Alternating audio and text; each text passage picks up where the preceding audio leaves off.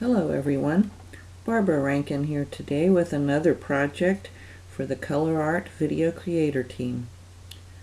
Today I want to share a very seasonal home decor piece. I have here a snowflake chipboard icon from Hobby Lobby, the paper studio, and I'm determining which way is up by looking at the back and seeing where the hangers are. This is a wooden cutout from Michaels, and I'm going to start by using the music print paper from the Bazzill Antique Aged Papers pack. I'm tearing it into strips, and I'm going to use my golden soft gel matte medium to adhere the strips to the background randomly. This will not only give a little bit of texture, but it will also give a little bit of a print to the background.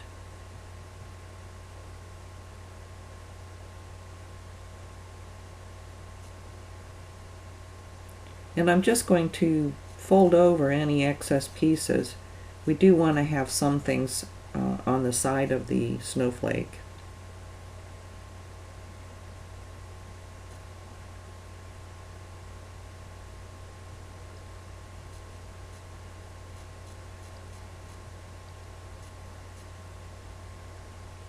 And tearing it gives it a little more interest as well.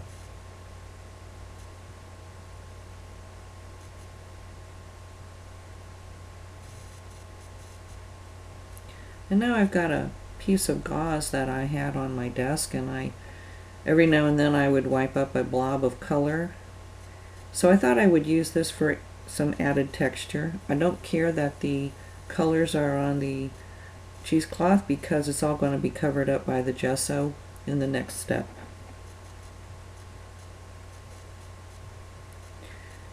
And as I'm applying it, I'm giving a few wrinkles here and there, and going over the side occasionally.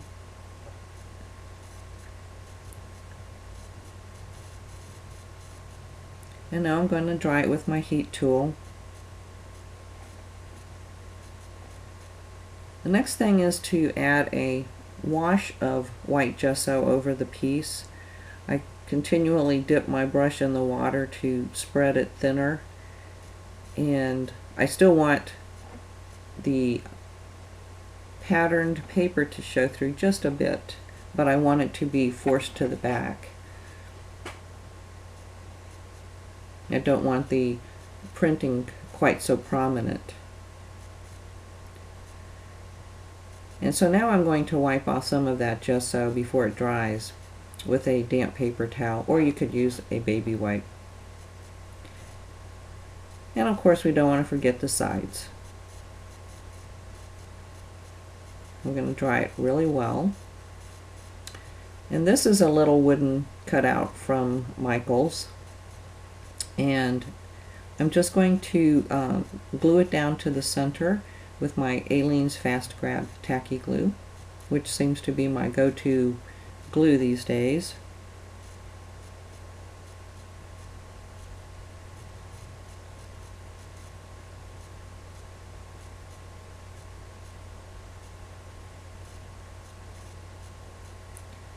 And once again, I'm going to add just a little bit of gesso to that to give it a good base to continue with the paints. And I'll let that dry. Now I'm going to be using the primary elements, the acrylic silks in Oyster, Celedon, and Autumn Skies.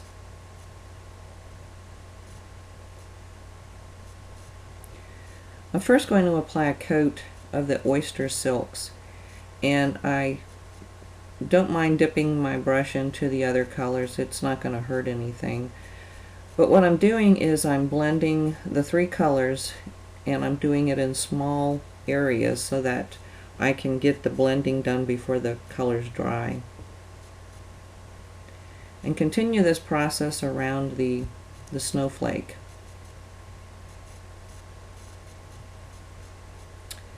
And by applying the oyster silks first, you can lighten those colors so that they're not so vivid, unless you want them vivid. And then I finish painting the top, and again along the sides, the same process. The oyster silks, the Celedon, and the autumn skies all being mixed right on the project piece itself.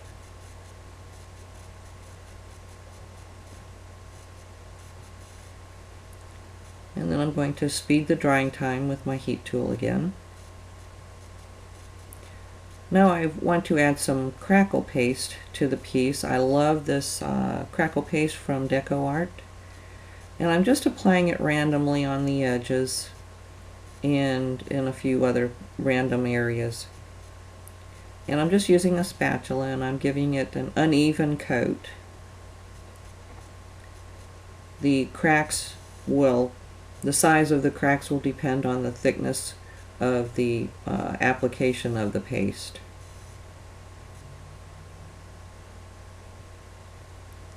And you do want to let this dry on its own. Crackle pastes seem to work better when they're not heat dried. And of course, don't forget the sides. You just want to add little spots of Crackle paste here and there along the sides. And I did notice that as the Crackle paste was drying, it was picking up some of the silk's color beneath it. Here's a still picture of it. You can see a little bit where the color was being sucked up into the paste.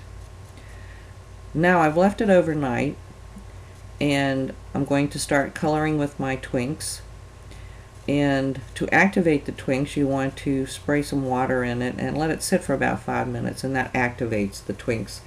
And I'm starting out with the Snapdragon, which is a very deep, rich color.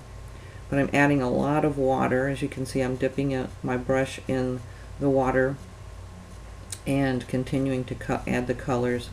Next is the Jasmine twinks. And I'm sort of blending and moving those colors around.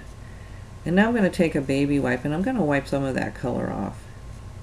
I know it looks like I've taken it all off on the video, but it's there. And then now I'm going to add some Douglas Fir Twinkling H2O.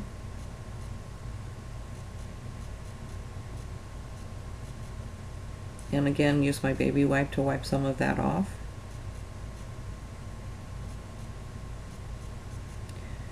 And a little burnt umber.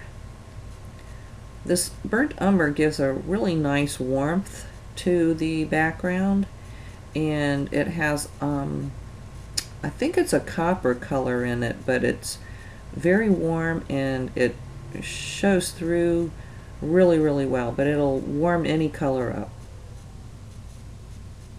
And I'm heat drying it. And then I've continued to add more of the Twinkling H2Os. This time it's the Wintermist Gray. I know it looks pretty ugly right now, but you just wait, you'll see. Now I'm adding the Egyptian Gold Twinks. This again will give some more warmth with that yellow color.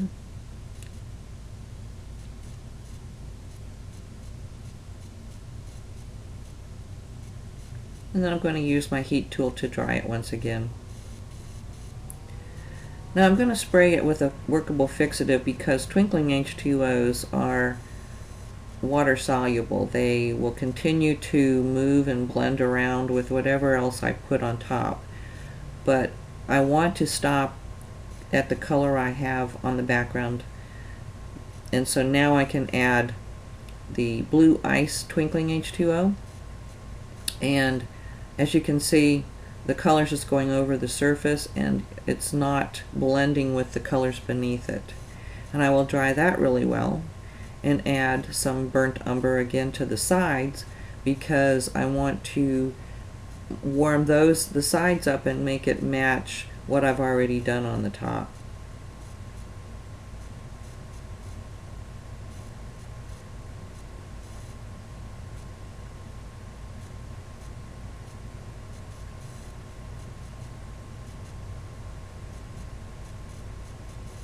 And again, I'll dry that again, spray it with a fixative so that I can add the next step. Now we're going to get serious. I've pulled out the big guns. This is the African Jade Radiant Gel Dimensional Paint. If you've never used a dimensional paint, you're in for a treat.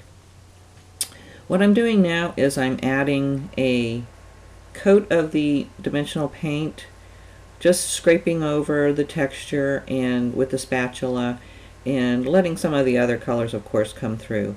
This not only adds color, but it's going to add even more texture and shimmer and shine, and I just love radiant gels. What can I say?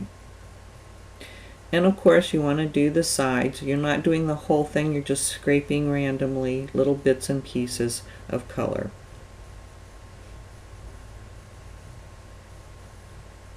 And I want to heat set that really well. And now I'm going to use the Emperor's Gold Radiant Gels. This product is nice and thick, and it goes through stencils beautifully. So I've got this pointed star stencil by Jenni Bowlin, and when I add the radiant gels in the gold, Emperor's Gold, through it, you'll see it looks a little bit like tiny flowers all over the ends of the snowflake. And just keep going around until you've covered all of the areas of the snowflake that you wish to cover.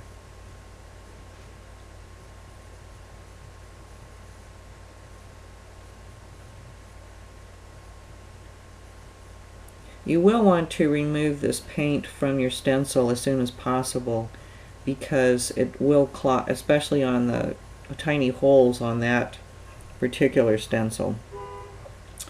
And now I'm dabbing the Blue Ice Radiant Rains over the piece after it's dried, and drying that with my heat gun. And it does tone down the color a bit. I'm determining the top side of my piece again, and I'm adding the snowflake paste from Finnabair with the spatula, and I'm just adding it where I would expect the snow to accumulate. This is a fun product, and I have been having a lot of fun using it on my winter projects this year. Here I've got a selection of flowers and metal pieces that I may or may not use, but I'm just, they're mostly Prima and Paper Studio. But first I noticed that the snowflake paste was picking up some of the color again, and it needed to be whitened, so I'm adding some more white gesso over it to give it that white appearance again. We don't like yellow snow, and we definitely don't like blue snow.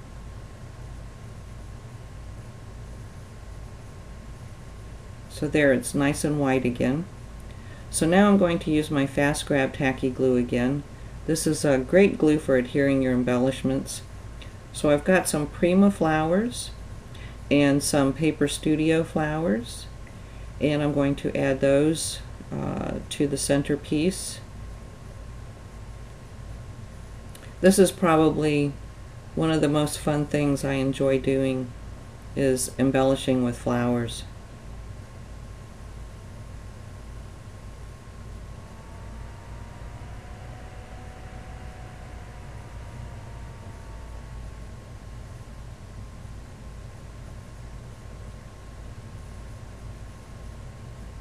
And now I'm going to add some glue to the bottom section of the Merry and Bright little wooden cutout and adhere that. I found a few Christmas sprays at my local craft store, Hobby Lobby, and even the dollar store. And so now I'm adding little crystal spray, and this is a silver glittered spray. And I'm just cutting pieces off and gluing them in to the arrangement, allowing them to sort of follow the stems or fronds or whatever you call the ends of the snowflake.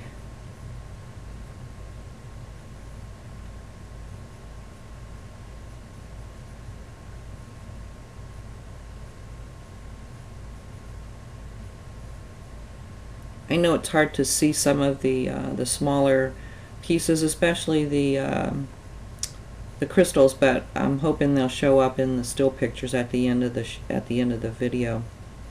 And now I'm just trimming off some gold flecked flower things these were from the dollar store, and just cutting them up into tiny pieces and using them as filler.